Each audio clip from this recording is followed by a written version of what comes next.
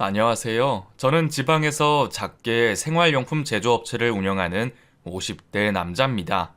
늘 여기서 사연을 듣기만 하다가 처음으로 글을 써보네요. 비록 글재주는 없지만 술도 한잔 했겠다. 옛 생각이 많이 나서 이렇게 자판을 두드려 봅니다. 흔히 인생의 중대사 중 하나로 결혼을 뽑죠. 평생을 함께할 동반자를 맞이하는 큰 일인 만큼 신중, 또 신중해야 할 일이니까요. 하지만 주변을 둘러보면 결혼에 실패한 사람들이 왜 그리도 많은지 꼭 갈라서야만 실패가 아니잖아요. 자식이나 경제적인 문제로 이혼하지 못하고 참고 사는 사람들도 참 많습니다. 그런 케이스까지 합친다면 결혼에 실패한 사람들은 훨씬 더 많아지겠죠. 저 역시 마찬가지입니다. 소위 돌싱남이라고 하죠. 한번 갔다 온 몸인데요. 아직 사지 멀쩡하고 딸린 자식도 없다 보니까 종종 재혼 선자리가 들어오기도 합니다. 부모님이나 친구들도 더 늦기 전에 얼른 새장가 가라면서 성화고요. 결국 못 이기는 척 여자도 몇 번 만나봤는데요. 이상하게 진지한 관계로 발전하진 못했네요. 아마 결혼에 대한 트라우마 때문이 아닐까 싶습니다. 사실 제가 전처 때문에 정신과 치료까지 받을 정도로 고생을 많이 했거든요. 그 여자는 천사의 탈을 쓴 악마였습니다. 달콤한 미소로 다가와 저를 홀린 다음에 제 인생을 송두리째 파탄 내버렸죠. 어디서부터 어떻게 얘기해야 할까요? 전철을 처음 만났을 때부터 시작해야겠죠? 지금은 개인 사업을 하고 있지만 저도 예전엔 회사를 다녔어요. 누구나 이름을 알 만한 대기업 영업직이었죠. 일이 적성에 잘 맞고 상사들도 저를 많이 예뻐해서 동기들에 비해 승진도 빠른 편이었어요. 20대 후반에 바로 대리를 달고 30이 되자마자 과장이 되네 만에 얘기가 나오고 있었으니까요. 그만큼 정말 회사에 몸바쳐 일했습니다. 야근을 밥 먹듯이 했고요. 거래처에서 걸려오는 전화라면 새벽이든 주말이든 가리지 않고 받았어요. 당연히 연애는 뒷전일 수밖에 없었는데요. 하루는 제 상사가 김대리, 아직 여자친구 없댔지? 우리 와이프 아는 동생이 김대리 사진 보더니 너무 마음에 든다고 소개시켜달라는데 한번 만나볼래? 그냥 가볍게 밥 한 끼 먹는다고 생각해. 만나보고 마음에 안 들면 그냥 거절해도 되니까 하더군요. 생각지도 못했던 일이라서 당황스러웠습니다. 갑자기요? 그분은 제 사진을 어디서 어떻게 봤대요? 아, 그 신입사원 연수 때 찍은 단체 사진이 있잖여. 그 놀러와서 같이 앨범 보다가 본 건데, 기분 나빴다면 미안혀. 아니요. 기분이 나쁜 건 아닌데, 좀 당황스럽긴 하네요. 사실 제가 빈말로라도 잘생긴 얼굴은 아니지 않습니까? 왜? 김대리가 어디가 어때서? 이만하면 남자답게 잘생겼지. 그리고 남자는 얼굴이 아니라 능력이야. 김대리 우리 팀 영업 실적 1등에 성실하긴 또 얼마나 성실해. 그리고 부모님이 과수원 해가지고 땅도 제법 있잖아. 내가 딸만 있었어도 진작 김대리를 사윗감으로 처음 찍었을 거야. 아유, 그런 과찬의 말씀을. 과찬의 말씀이고 자시고 한번 만나봐. 아직 젊은 사람이 언제까지 일에 파묻혀 살 거야? 자네도 이제 30인데 여기서 더 늦으면 노총각 되는 거 순식간이라고. 내가 아는 사람이라서가 아니라 진짜 괜찮은 여자야. 얼굴도 예쁘고 몸매도 쭉쭉 빵빵 죽이는데 성격까지 좋다고.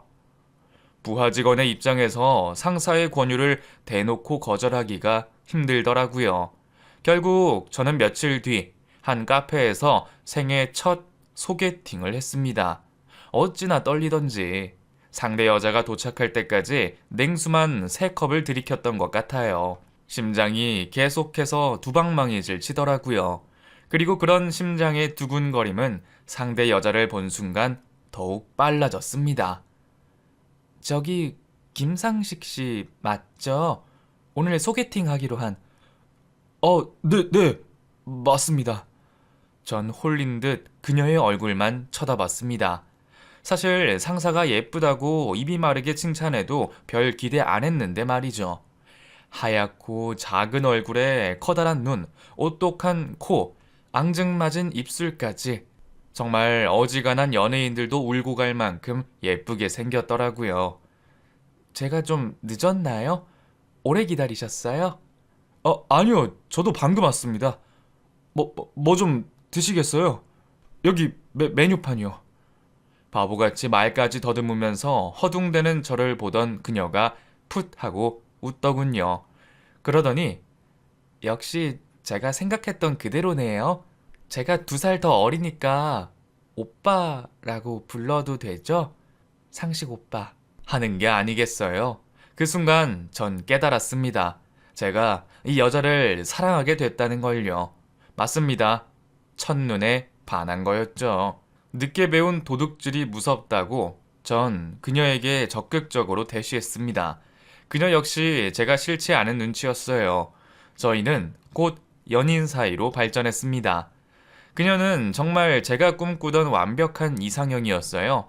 그냥 얼굴만 예쁜 게 아니라 마음씨까지 곱고 착한 여자였습니다. 남자분들은 다들 이해하실 거예요. 연애 초반엔 당연히 여자친구가 1순위지만 시간이 흘러 어느 정도 관계가 안정되면 다시 일이 우선순위가 되는 거예요. 저 역시 마찬가지였습니다. 야근이 많은 회사라서 평일에 여자친구 보러 가는 날도 점점 줄었고요. 주말에도 어디 놀러 가기는커녕 제 자취방에서 모자란 잠을 보충하기 바빴어요. 하지만 여자친구는 그런 저를 늘 이해해 줬습니다. 당시 여자친구도 작은 회사에서 격리로 일하고 있었는데요. 상대적으로 저보다 퇴근 시간이 빨라서 평일엔 자주 저희 집에 와서 저녁을 차려줬어요. 또 주말에는 밀린 빨래며 청소를 대신 해주기도 했죠. 제가 말려도 괜찮아. 내가 해주고 싶어서 그래. 어차피 결혼하면 내가 다 하게 될 일인데 뭐 어때? 하면서 아랑곳하지 않았습니다. 삭막하게만 느껴지던 자취방도 그녀와 함께 있으면 아늑하고 따뜻한 보금자리가 됐어요. 제가 여자친구와의 결혼을 꿈꾸게 된 건 너무 자연스러운 일이었습니다. 사귄 지 딱 2년이 되던 날, 전 꽃다발과 반지를 사서 여자친구에게 프러포즈를 했죠. 손에 물 한 방울 안 묻히고 살게 해주겠다는 둥 그런 입에 발린 말은 못하겠어. 하지만 남들 못지않게 누릴 수 있는 건 다 누리게 해줄게. 나와 결혼해 줄래? 지금 생각해보면 참 멋없는 프러포즈였고, 하지만 여자친구는 감동의 눈물까지 흘리면서 당연하지. 오빠가 그 말을 하기만을 기다렸어. 하고 대답했습니다. 전 여자친구의 손에 프러포즈 반지를 끼웠어요. 전에 커플링을 맞춘 적이 있어서 여자친구 사이즈를 알고 있었기 때문에 딱 맞게 들어갔죠. 그런데 여자친구가 갑자기 손을 뒤로 빼더니 상상도 못한 말을 하는 게 아니겠어요. 근데 나 오빠한테 고백할 게 하나 있어. 있잖아. 사실 나 뭐야? 이혼녀인가? 숨겨둔 애라도 있나? 그 순간 머릿속에 5만 가지 생각이 스쳤습니다. 하지만 제 예상은 모두 틀렸어요. 여자친구는 사실 나 고아야, 오빠. 아주 어릴 때부터 성인 될 때까지 보육원에서 쭉 자랐어. 그래서 부모님 얼굴이 누군지도 몰라. 일가 친척도 전혀 없고. 그동안 말 못해서 미안해. 계속 말하려고 했는데 이상하게 입이 안 떨어지더라고. 하고 말했습니다. 혹시 여자친구가 이혼녀가 아닐까? 숨겨둔 자식이라도 있다고 고백하려는 건가 의심했던 저는 너무 부끄러웠어요. 큰 죄라도 지은 양 어쩔 줄 몰라 하는 여자친구가 안쓰러웠습니다. 평생 홀로 외롭게 살아왔을 걸 생각하니 가슴이 미어지는 것 같았어요. 저는 그대로 여자친구를 끌어안았습니다. 그리고 진작 말하지 그랬어. 그럼 더 빨리 결혼하자고 했을 텐데. 그동안 많이 외롭고 힘들었지? 이제부턴 내가 당신 가족이 되어줄게. 당신 부모님이 되어주고 형제가 되어줄게. 하고 말했습니다. 여자친구는 제 품에 안겨 아이처럼 펑펑 울었어요. 그렇게 저희는 이듬해 봄 식을 올리고 정식으로 부부가 됐습니다. 기대했던 대로 결혼 생활은 행복했어요. 아내는 결혼 후 직장을 그만두고 내조에 힘썼는데요. 늦은 시간 퇴근하고 돌아오면 기다려주는 누군가가 있다는 게 그렇게 행복한 일일 줄이야. 남들은 시간이 좀 지나면 콩깍지가 벗겨져서 싸운다는데 저희는 그런 것도 없었습니다. 늘 신혼 같았죠. 다만 한 가지 고민이 있다면 결혼한 지 반년이 넘도록 아이가 생기지 않는다는 거였습니다. 딱히 피임을 하는 것도 아니었는데 이상하게 아이가 들어서지 않더라고요. 아직 결혼한 지 얼마 안 됐으니까 초조해하지 말자. 생각해도 부모님이 거는 기대가 있다 보니까 아무래도 신경이 쓰였어요. 정작 아내는 그냥 이렇게 우리 둘이서 알콩달콩 살면 좋겠다. 난 엄마들 자신 없단 말이야. 하면서 임신 안 되는 걸 은근히 반겼죠. 하지만 결혼 3년 차가 됐을 무렵 더는 안 되겠다 싶어서 아내에게 병원 치료를 받아보자고 했습니다. 마침 제 친구가 난임 전문 의사로 일하고 있어서 친구의 병원으로 찾아갔죠. 병원에서 검사를 받으면서 전 내심 제게 문제가 있을 거라고 생각했어요. 제가 나이도 있는데다가 업무 스트레스를 흡연과 술로 풀었으니까요. 무정자증만 아니길 빌 따름이었죠. 그리고 며칠 뒤 검사 결과가 나올 쯤 친구에게서 연락이 왔습니다. 심각한 얼굴로 술 한잔 하자더군요. 잔뜩 긴장한 채 친구를 만났습니다. 그리고 뜻밖의 얘기를 듣게 됐죠. 야, 일단 네 의견이 중요하다고 생각해서 너한테만 먼저 얘기하는 거야. 재수 씨한테 언제 어떻게 말할지는 네가 결정해. 그 검사 결과 불임 원인이 재수 씨한테 있더라고. 사실 불임이라는 게 이 원인을 어느 한 가지로 단정하는 게 어렵거든? 워낙 복합적인 문제라서. 근데 너희 부부 같은 경우는 원인이 명확해. 네 정자는 나이에 비해 상태가 양호해. 힘도 괜찮고 수도 많고. 근데 재수 씨가 자궁이 많이 약하더라고. 그 옛날에 혹이 생겨서 수술도 한번 했었다며. 그 다낭성도 있고. 그래서인지 그 난관도 막혀 있고 배란이 잘 안 돼. 그 앞으로도 임신 잘 안 될 거고. 그 임신한다고 해도 재수 씨한테 큰 무리가 갈 거야. 그게 정말이야? 내가 아니라 우리 집사람한테 문제가 있는 거라고? 그래, 내가 몇 번이나 확인했어. 아마 그냥 정상적인 방법으로는 애 갖기 힘들 거야. 그 시험관 시술을 받아보는 게 좋을 것 같아. 정말 충격이었습니다. 아내에게 이 사실을 어떻게 알려야 할지 눈앞이 캄캄하더군요. 고민하던 저는 당분간 아내에게 이 사실을 숨기기로 했습니다. 친구는 야, 그냥 바로 말하는 게 좋지 않겠어? 시험관 시술할 거면 한시라도 빨리 시작하는 게 좋아. 하면서 말렸지만 전 조금만 기다려 달라고 했어요. 아내가 받을 상처가 걱정됐거든요.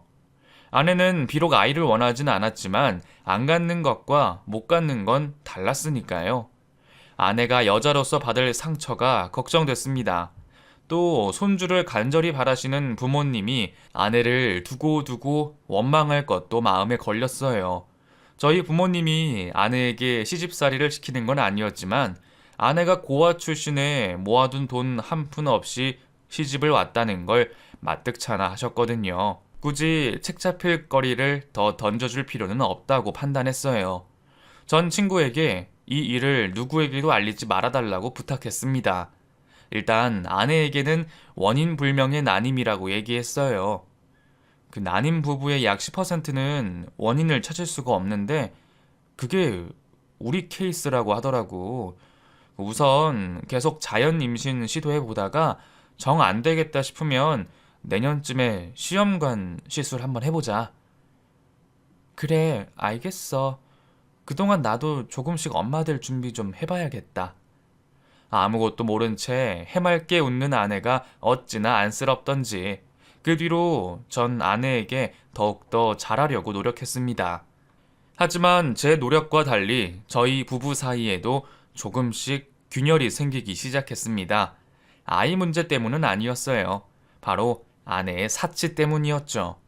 사실 아내는 연애 때부터 쇼핑 중독이 아닐까 싶을 정도로 옷이나 가방 사는 걸 좋아했어요.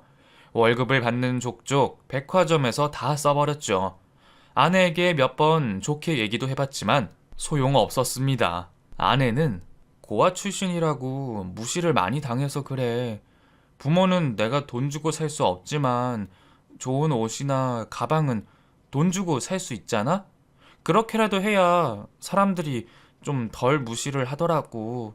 하면서 자신의 사치를 정당화했어요. 그나마 결혼하고 제가 경제적인 주도권을 주게 되면서 좀 잠잠해진 거였는데 개벌은 남 못 준다고 하잖아요. 언젠가부터 아내는 제가 생활비 용으로 준 카드를 갖다가 멋대로 옷이며 가방을 사들이기 시작했습니다. 미안해 여보. 내가 진짜 안 사려고 했거든? 근데 딱 한 개 남았다잖아. 이걸 어떻게 안 사고 배겨? 응? 봐봐. 나한테 너무 잘 어울리지? 아내 애교에 넘어가주는 것도 한두 번이지 점점 인내심의 한계가 왔어요.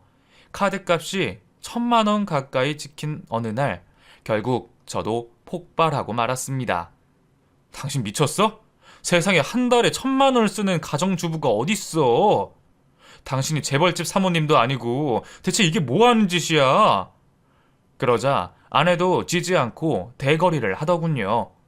아니, 당신 부모님이 가진 땅이 몇 평인데 그것만 팔아도 평생 일 안 하고 먹고 살 수 있겠구만. 대체 왜 이렇게 궁상 떨면서 살아야 해? 그게 우리 부모님 땅이지 내 땅이야? 난 그냥 평범한 셀러리맨이라고. 한 달에 1,000만 원 카드값 감당 못해. 내가 얼마나 뼈 빠지게 일하는지 당신도 알잖아. 지금 혼자 돈 번다고 유세 떠는 거야? 난 뭐 집에서 놀아? 나도 집에서 일해. 당신 밥 차리고 빨래하고 청소하고. 내가 공짜 식모도 아니고 노동에 대한 대가는 받아야지. 그래서 용돈 주잖아. 세상에 어떤 가정주부가 집안일 한 대가로 명품백이니 모피코트니 하는 걸 받아. 있으면 나와 보라고 해. 누가 보면 내가 맨날 그렇게 산 줄 알겠다. 당신 눈치 보여서 제대로 뭐 하나 사지도 못해. 정말 괜히 결혼했어.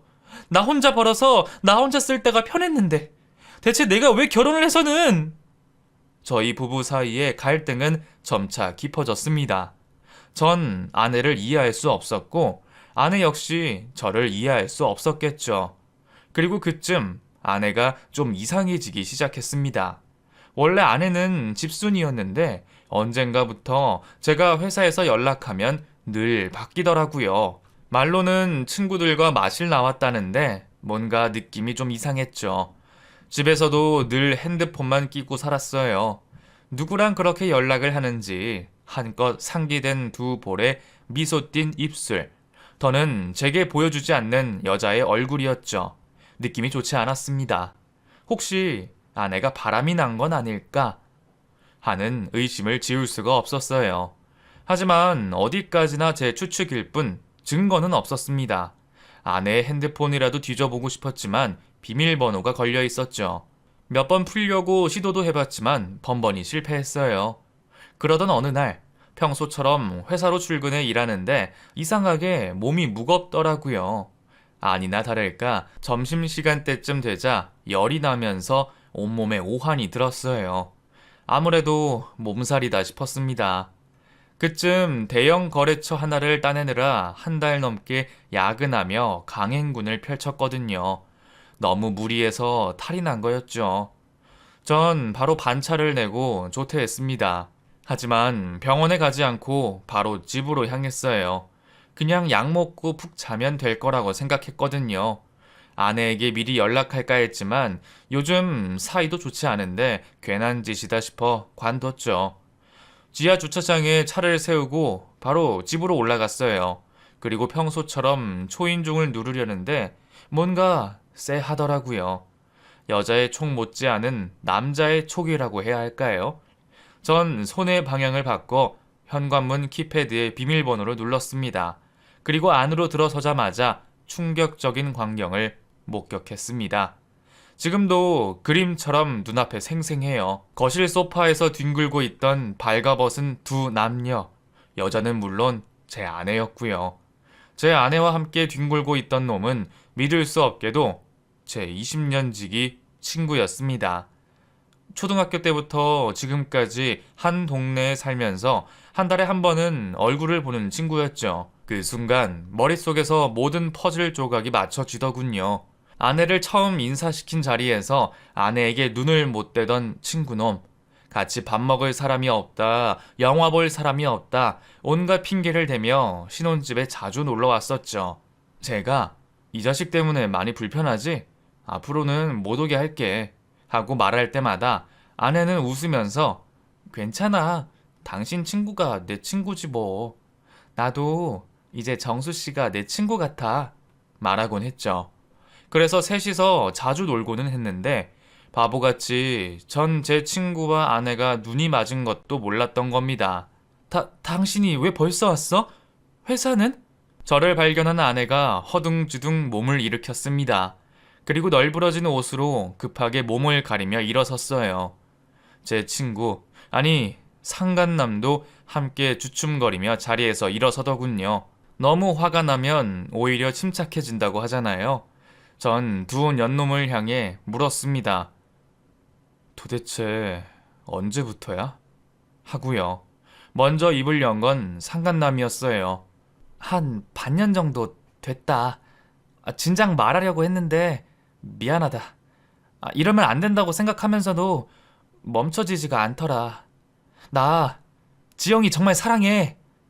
불륜 주제에 사랑을 입에 담다니 정말 웃기지도 않았습니다. 전 그대로 상간남에게 달려들어 얼굴에 주먹을 내리꽂았어요. 그러자 아내가 필사적으로 그런 저를 말리더군요. 때리지 마. 이 사람은 아무 잘못 없어. 다 내 잘못이에요.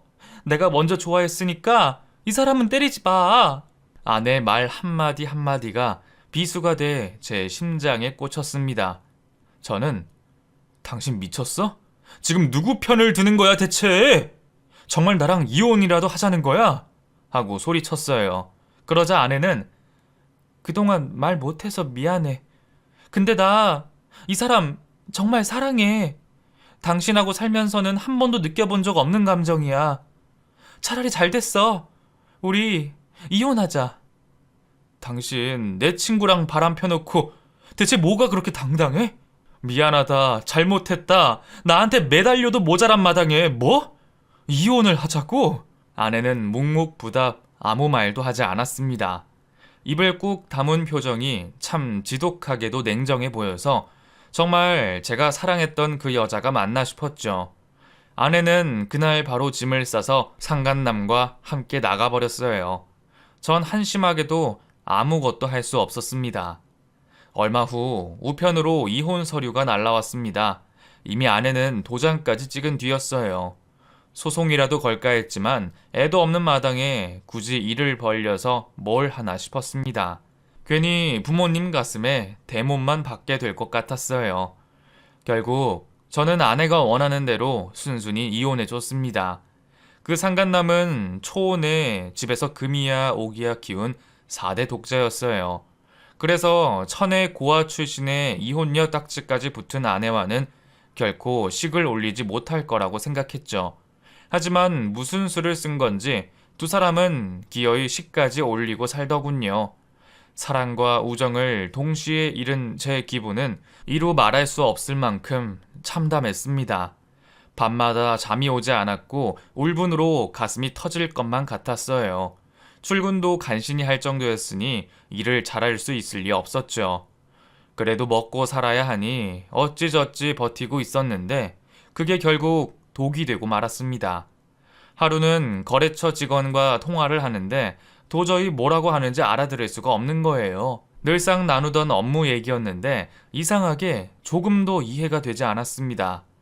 당황해 기계적으로 네 대답한 뒤 전화를 끊었어요.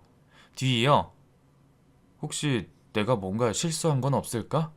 그 거래처 직원이 이 일로 우리 회사랑 더는 일하지 않겠다고 하면 어떡하지? 같은 말도 안 되는 비상식적인 불안이 온몸을 잠식했습니다. 숨쉬기가 힘들 만큼 가슴이 턱 막히고 온몸에서 진땀도 흘렀죠. 저는 결국 정신과를 찾아갔습니다. 진단 결과 공황장애였어요.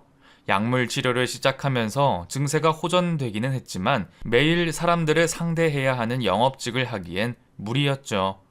그렇게 자연스럽게 사직서를 쓰게 됐습니다. 회사에서 그 공황장애라면서 지금처럼 일할 수 있겠어요? 그 배려를 해주고 싶어도 그 직원들 사이에서 형평성 문제로 말이 나올 수도 있고 하면서 은연중에 압박을 주더군요. 그나마 다행이라면 제법 큰 기업이었기에 퇴직금이 예상보다 더 두둑했다는 것 정도일까요? 저는 반년 정도 폐인처럼 살다가 그동안 모아둔 돈과 퇴직금을 합쳐 브랜드 치킨집을 차렸습니다. 대형 프랜차이즈면 괜찮지 않을까 하는 안일한 생각으로 시작한 거였죠. 제대로 공부하지도 않고 시작한 장사였으니 결과는 대실패였습니다. 태어나서 한 번도 장사를 해본 적이 없는 제가 성공한다면 그게 더 이상한 얘기였죠. 처음엔 브랜드빨로 그럭저럭 운영되는가 했지만 브랜드 로열리티며 재료값이며 내고 나면 손에 떨어지는 건 얼마 되지도 않았습니다. 알바생들 인건비 주기도 빠듯했어요. 그런 상황에서 얼마 안가 조류 독감이 전국을 강타했고 전 결국 빚만 잔뜩 떠안은 채 가게 문을 닫아야 했습니다. 정말 막막하더군요. 퇴사할 땐 그래도 퇴직금이라도 있었는데 이제 남은 건 빚뿐이었어요. 한강에 가서 뛰어내리기라도 해야 하나 극단적인 생각도 들었습니다. 하지만 시골에 계신 늙은 부모님을 생각하면 차마 그렇게 할 수도 없었어요. 제가 죽으면 그 빚이 다 부모님에게 갈 텐데 그런 불효가 또 어디 있겠습니까? 이미 이혼으로 한번 가슴에 대못을 박았는데 또 그런 짓을 할 수는 없었죠. 저는 모든 걸 내려놓고 닥치는 대로 일자리를 알아보기 시작했습니다. 다시 취직을 할까 생각도 해봤지만 나이는 먹을 대로 먹었고 경력까지 단절된 저를 써줄 곳은 없었어요. 그렇다고 한 번 더 장사에 도전하기엔 가진 미천이 아무것도 없었죠. 결국 저는 공사판 노가다를 뛰기 시작했습니다. 몸은 고됐지만 오히려 그래서 아무런 잡생각도 들지 않아 편했어요. 하지만 내 살 깎아 먹으면서 하는 일이다 보니 시간이 흐를수록 몸 여기저기가 축나기 시작했습니다. 엎친 데 덮친 격으로 비 오는 날 미끄러진 자재에 몸이 깔려 한쪽 다리도 절게 됐죠. 자세히 보지 않으면 크게 티나지 않았지만 그래도 노가다 일을 하는 건 무리였어요. 뭔가 다른 일을 찾아봐야 했습니다. 정말 막막했어요. 그런데 그때 제게 구원의 손길이 내려왔습니다. 같이 노가다를 뛰던 동료 한 명이 제 처지가 안쓰러웠는지 자기 밑에서 기술을 배우라고 하더군요. 갑자기 무슨 기술? 우리 집이 그 대대로 하수구 수리 일을 했거든. 이게 의외로 돈이 짭짤하더라고. 하수구 수리? 가정집 싱크대나 그 화장실 변기 같은 거 막히면 뚫어주는 거 있잖아. 우리 아버지가 올해로 60이라 더는 못하겠다고 나한테 물려받으래. 그래서 이제 노가다 그만두고 본격적으로 한번 해볼 건데 같이 배워보자고. 처음엔 망설였습니다. 그래도 나름 대기업에서 양복 입고 일하던 사람인데 남의 집 변기나 뚫어준다는 게 너무 비참할 것 같았어요. 하지만 노가다를 뛰기 힘든 몸이 된 이상 제게 선택권은 없었습니다. 당장 목구멍이 포도청이었으니까요. 결국 전 그 친구를 따라 이 집 저 집 다니며 하수구 수리 일을 배우기 시작했습니다. 나름 만만하게 생각했는데 의외로 고되고 기술이 필요한 직업이었어요. 게다가 고객 관리도 중요했는데 회사 영업을 뛸 때와는 차원이 다른 진상들을 상대해야만 했습니다. 뭐가 이렇게 비싸냐고 투덜거리는 사람은 양반이었어요. 나가는 길에 쓰레기 좀 버려달라고 잔심부름을 시키는 사람부터 혼자 술 먹다가 취해선 옷을 벗기려 드는 사람까지 정말 각양각색의 진상들이 많았습니다. 그래도 사람은 적응의 동물이라고 그렇게 반년 정도 일하니 또 할만하더군요. 그쯤부터는 일이 들어오면 친구와 배분해서 따로 다니기 시작했습니다. 그러던 어느 날이었어요. 평소처럼 예약된 스케줄대로 움직이려는데 친구에게서 전화가 왔습니다. 야, 상식아, 너 지금 어디냐? 어디긴 어디야. 일하러 가는 중이지. 야, 어디 예약인데 그 급한 거 아니면 좀 미루고 지금 그 아파트로 갈 수 있어? 갑자기 그게 무슨 말이야? 예약을 왜 미뤄? 야, 거기 아파트면 왔던 길 다시 돌아가야 하는데 그냥 네가 가. 아이, 난 지금 거기랑 아예 정반대 지역으로 나와서 그래. 이거 완전 대여야, 대여. 예약이 꽉 차서 안 된다고 했더니 급하다면서 지금 와서 막힌 변기 뚫어주면 따따블로 주겠대. 야, 놓치기 아까워서 너라도 가라고 임마. 시큰둥했는데 액수를 들으니 솔깃하더라고요. 무려 3배를 더 얹어준다니 완전 남는 장사였죠. 게다가 단순히 막힌 변기를 뚫어주는 건 그렇게 어려운 일도 아니었습니다. 원래 가려던 집에 잘 둘러대 시간을 미룬 뒤 바로 차를 돌렸습니다. 몰랐는데 그 아파트는 그 동네에서 알아주는 고급 아파트 단지더군요. 경비 아저씨의 철저한 검문을 통과한 뒤에야 저를 부른 집으로 갈 수 있었습니다. 초인종을 누르자마자 바로 문이 열렸습니다. 아휴, 왜 이제 와요? 금방 온다더니. 저를 맞아준 건 여자였습니다. 대뜸 불평불만부터 쏟아내기에 혹시 진상일까 싶어 바짝 긴장이 되더라고요. 저는 늦어서 죄송합니다. 금방 해드릴게요. 그 변기가 막혔다고 하셨는데 어디 화장실이죠? 하고 안으로 들어섰어요. 그리고 모자를 벗고 뒤를 돌았는데 웬걸 너무 놀라서 그대로 굳어버리고 말았습니다. 그건 상대 여자 역시 마찬가지였어요. 믿을 수 없게도 그 여자는 바로 제 전처였습니다. 저와는 달리 그동안 잘 먹고 잘 산 건지 피둥피둥 살이 올랐더군요. 피부도 팽팽한 게 나이를 먹기는커녕 오히려 더 어려진 것 같았어요. 저희 둘 사이로 숨막히는 침묵이 내려앉았습니다. 먼저 입을 연 건 저였어요. 당신이 여긴 어떻게긴 뭐 어떻게야. 여기가 우리 집인데. 그 말에 전 새삼스럽게 다시 집안을 둘러봤습니다. 40평대 호화로운 아파트였어요.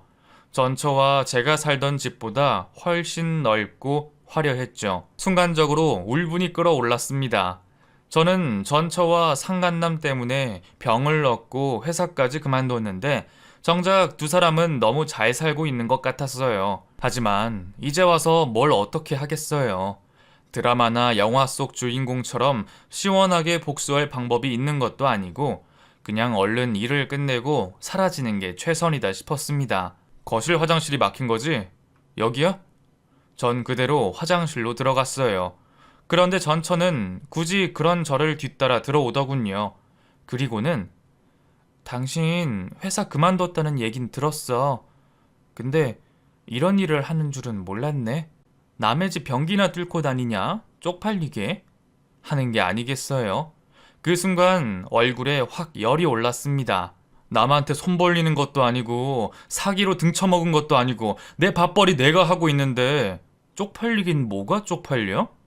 당당하게 말하려고 했지만 목소리가 자꾸 떨리더라고요.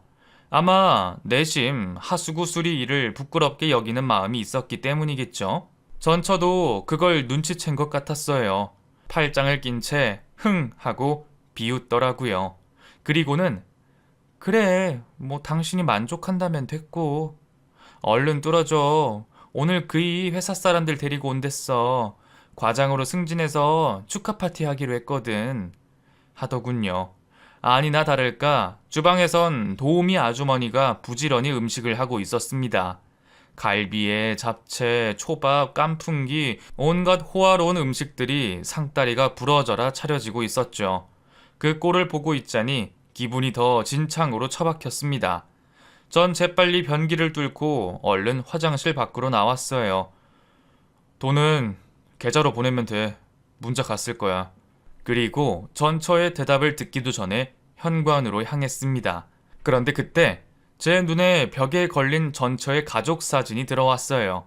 전 경악하고 말았습니다. 그 가족 사진엔 절대로 있어서는 안 될 게 있었거든요. 바로 아이였습니다. 상간남의 품에 안긴 아이는 이제 돌쯤 지났을까? 이제 막 갓난아이 티를 벗은 남자아이였어요. 전 전처에게 이게 대체 무슨 저 애는 당신이랑 그 자식이에요? 하고 물었습니다. 전처는 그럼 우리 애지 뭐 남의 애게? 구경 다 했으면 얼른 꺼져. 일당은 말했던 것처럼 따따블로 붙여줄 테니까. 아니다. 예정을 생각해서 팁도 줄게. 하면서 필요 이상으로 날카롭게 반응하더라고요. 기가 막혔습니다. 전 전처에게 그게 무슨 개소리야. 당신 불임이잖아. 자궁 착상이 안 돼서 시험관 아니면 답이 없다고 했는데 무슨 애가 생겨. 거짓말 하지 마. 저 애는 대체 어디서 데려온 거야? 하고 추궁했습니다. 전처는 얼굴이 빨개졌다 파래졌다 아주 가관이더군요. 그러더니 일하는 아줌마 눈치를 살피다 저를 작은 방으로 끌고 들어갔습니다. 이거 놔. 안 놔? 남편 버리고 다른 놈이랑 붙어먹은 더러운 손으로 누굴 만져? 전 그런 전처를 차갑게 밀어냈어요. 하지만 전처의 반응은 예상 밖이었습니다. 씩씩대며 대거리를 할 줄 알았는데 갑자기 무릎을 꿇더라고요. 제발 부탁이야. 우리 그이한테는 말하지 말아주라. 응? 그러니까 좋은 말로 할 때 말하라고. 저 애는 누구 애야? 나 자람 보육원에서 데려온 애야. 나도 이런 짓까지 버리고 싶지는 않았다고. 근데 시댁에서 아들 안 낳아주면 당장 이혼시키겠다는데 어떡해. 그럼 병원에 가서 난임 치료를 받아서 정상적으로 애를 가지려고 했어야지. 미쳤어? 내 입으로 불임 사실을 털어놓게? 그랬다가는 당장 이혼이야. 4대 독자 집안이랍시고 시댁도 우리 그이도 아들 얼마나 노래를 부르는데. 전처는 이미 돌아올 수 없는 강을 건넌 뒤였어요. 사람을 고용해 상간남으로 위장까지 시켜 함께 보육원을 주기적으로 방문했더군요. 아예 작정하고 애를 빼돌린 거였죠. 제발 한 번만 봐주라. 예정을 생각해서 나 좀 살려줘. 응? 전처는 자존심도 없는지 제게 빌다시피 애원하기 시작했습니다. 그 모습을 보니 지금 내가 뭐 하는 건가 싶더라고요. 어차피 전처도 상간남도 더는 저랑 상관없는 사람들인데 말이에요. 인생 그렇게 살지 마. 추하다 진짜. 나 간다. 다신 얼굴 볼 일 없게 하자. 전 그대로 전처에게서 몸을 돌려 그곳을 떠나려고 했습니다. 하지만 현관으로 나온 순간 벌컥 문이 열리더니 사람들이 우르르 들어오더라고요. 아, 형수님, 저희 왔습니다. 아, 이렇게 번번이 실례해서 어쩌죠? 상간남과 그 회사 동료들이 도착한 거였어요. 아니, 네가 여긴 어떻게? 동료들을 따라 안으로 들어온 상간남이 곧 저를 발견했습니다. 당황한 전처는 내가 며칠 전부터 화장실 변기 상태가 좀 이상하다고 했잖아. 오늘 딱 막혔길래 사람을 불렀는데 글쎄 이 사람이 왔지 뭐야? 지금 하수구 청소 일한다는데 신경 쓰지 마. 다 뚫었으니까 이제 갈 거야. 하고는 제게 나가라고 눈치를 줬어요. 상황을 파악한 상간남은 이내 피식 웃더군요. 누가 봐도 명백한 비웃음이었습니다. 아유, 대기업에서 승승장구하던 우리 김대리가 어쩌다 남의 집 변기나 뚫는 처지가 된 거야? 하면서 조롱하더군요. 옛날부터 공부도 제가 더 잘했고요. 대학과 직장도 제가 더 잘 나가서 그거에 자격지심을 느끼던 녀석이었어요. 근데 이제 제 딴에는 처지가 역전된 것 같으니 신이 난 것 같더군요. 더는 참을 수 없었습니다. 제 손에 칼자루가 쥐어져 있는데 휘두르지 않으면 바보였죠. 저는 상간남을 향해 성큼성큼 다가섰어요. 그리고 말했죠. 내가 지금 가려다가 가족 사진을 딱 봤는데 말이야. 그새 애도 생겼나 보더라. 상간남은 의기양양하게 그래, 너랑 사는 내내 임신도 못하던 여자가 나랑 결혼하자마자 딱 애가 들어서더라. 씨가 얼마나 부실했으면. 엄한 여자, 애도 못 낳는 성녀 취급받으면서 기를 죽였어. 시댁에서 그걸로 어지간히도 괴롭혔다면서? 하고는 헛소리를 하더군요. 전 기가 막혀서 전처를 노려봤습니다. 찔끔해서 고개를 돌리더라고요. 그렇겠죠. 저희 부모님이 아이 문제로 전처에게 뭐라고 한 적은 한 번도 없었으니까요. 제가 저 때문에 애가 안 생기는 거라고 말했으니까요. 그래서 어머니는 아내에게 한 생명을 잉태하고 낳는다는 게 얼마나 위대한 일인데 우리 못난 아들놈 때문에 평생 자식을 못 볼 수도 있다니 어쩌면 좋니? 아가, 다 내 죄다, 내 죄야. 하면서 고개를 못 드셨죠. 어머니를 생각하니 새삼 분노가 차올랐습니다. 이제 그만 제 가슴 속에 묵혀뒀던 진실을 밝히고 복수를 할 때였어요. 저는 일부러 깜짝 놀란 척 전처를 향해 입을 열었습니다. 내가 당신한테 말 안 했던가? 병원에서 불임 검사했을 때 말이야. 내 문제가 아니라 당신 문제라고 했어. 그 단순한 다낭성이 아니라 자궁에 문제가 있어서 이 난자 생성이 잘 안 된대. 그냥 자연 임신은 절대 불가능하다던데. 그 순간 상간남의 얼굴이 찬물을 뒤집어 쓰듯 얼어붙었습니다. 전처는 당신 지금 무슨 헛소리를 하는 거야? 난 처음 듣는 소린데? 하고는 딱 잡아떼더군요. 저는 왜? 지금이라도 집에 가서 그때 검사 결과지 가져올까? 아니다. 야, 가져올 필요도 없지. 야, 병원에 지금 전화해보면 되겠네. 하고 답했습니다. 그러자 전처는 하얗게 질려 아무 말도 못하더군요. 전 보란듯이 품에서 핸드폰을 꺼냈어요. 그 순간 전처가 지금 뭐 하는 거야 미친놈아! 하고 악을 쓰면서 제게 짐승처럼 달려들었습니다. 그것만으로도 이미 답이 나온 것이나 다름없었죠. 상간남은 그대로 전처에게 달려가 이 더러운 년! 하고 욕을 하며 뺨을 후려쳤어요. 그리고는 바른대로 말해. 당신 진짜 불임이야? 그럼 성훈이는 뭔데? 도대체 누구 자식인데? 하고 발악하기 시작했습니다. 전처는 여보, 내가 잘못했어. 내가 다 설명할게요. 설명할 수 있어요. 흐느끼며 상간남의 발치에 매달렸어요. 하지만 상간남은 매몰차게 밀어낸 뒤 또 손찌검을 하려 들더군요. 지켜보고 있던 회사 동료들이 그제야 상황의 심각성을 느꼈는지 달려들어 뜯어말리기 시작했습니다. 그야말로 아수라장이었죠.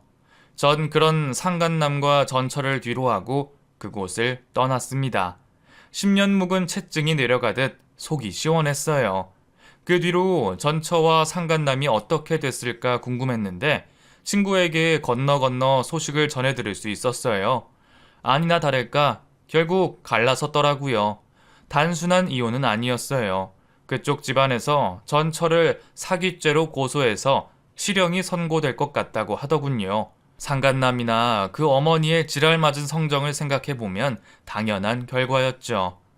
그동안 누구씨인지도 모를 아이를 제 친자식인 줄 알고 걷어먹였던 걸 생각하면 피가 거꾸로 솟는 기분일 테니까요.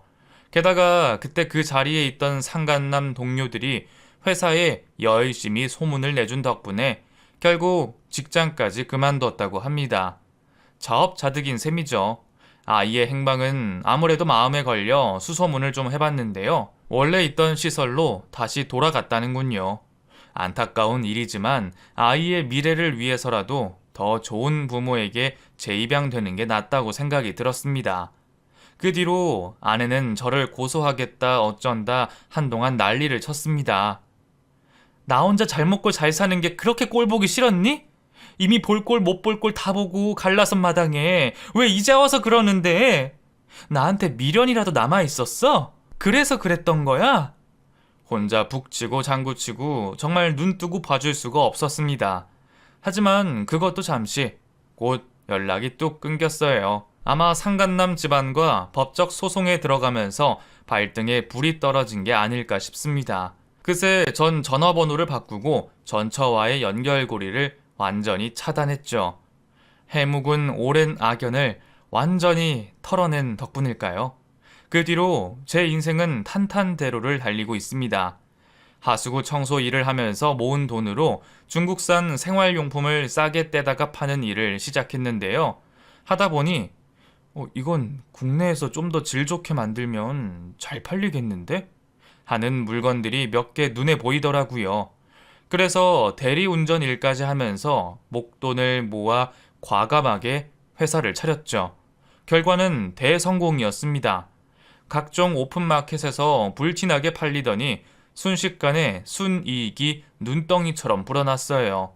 그 돈으로 협업하는 공장을 더 늘리고 직원들도 대거 채용했습니다. 물론 대기업은커녕 중견기업과 비교해봐도 보잘것없는 규모지만 그래도 이제 외제차 끌고 다니면서 먹고 싶은 건 다 사 먹을 정도로 형편이 많이 나아졌습니다.